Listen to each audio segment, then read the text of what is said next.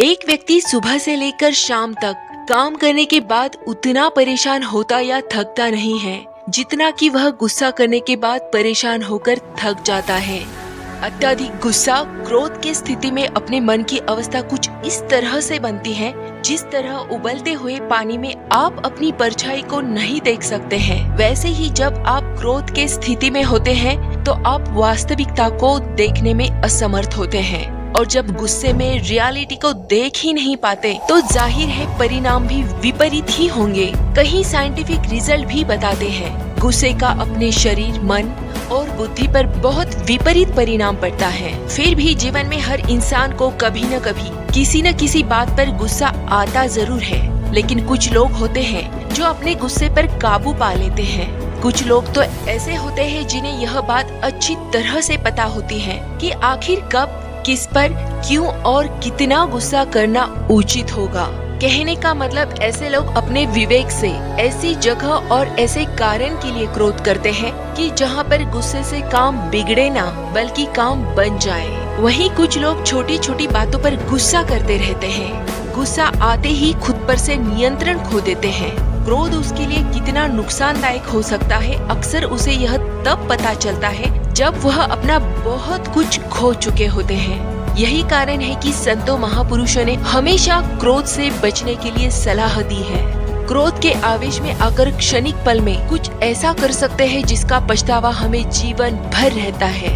अगर आपको भी छोटी छोटी बात पर गुस्सा आता हो तो एक बार जरूर देख लीजिए ये स्टोरी, क्योंकि जब हमें गुस्से के नकारात्मक परिणाम स्पष्ट रूप से समझ में आते हैं तो हमारा गुस्सा भी बहुत मात्रा में कम हो जाता है।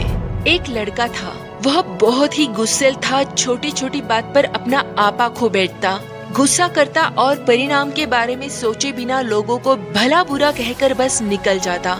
उसके गुस्से की आदत को लेकर उसके पिता को अब चिंता होने लगी थी।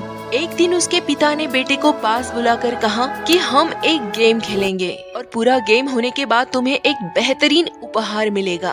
तो खुशी से लड़का इस गेम के लिए मान गया। पिता ने उसे कीलों से भरा हुआ एक थैला दिया और कहा कि अब जब भी तुम्हें गुस्सा आए तो तुम इसमें से एक कीला निकालना और इस दीवार में ठोक देना।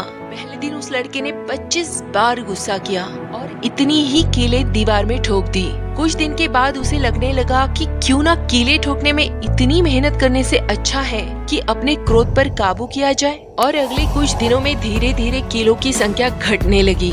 अब उसने अपने गुस्से पर बहुत हद तक कंट्रोल करना सीख लिया। एक दिन ऐसा भी आया कि उस लड़के ने पूरे दिन में एक बार भी गुस्सा नहीं किया। जब उसने अपने पिता को ये बात बताई तो उन्होंने अपनी खुशी जाहिर करी और खेल के अगले पड़ाव के बारे में लड़के को बताते हुए उसे और एक काम दे दिया। उन्होंने कहा कि अब हर उस दिन जिस दिन तुम एक बार भी गुस्सा न करो, इस दीवार से एक कील निकाल देना।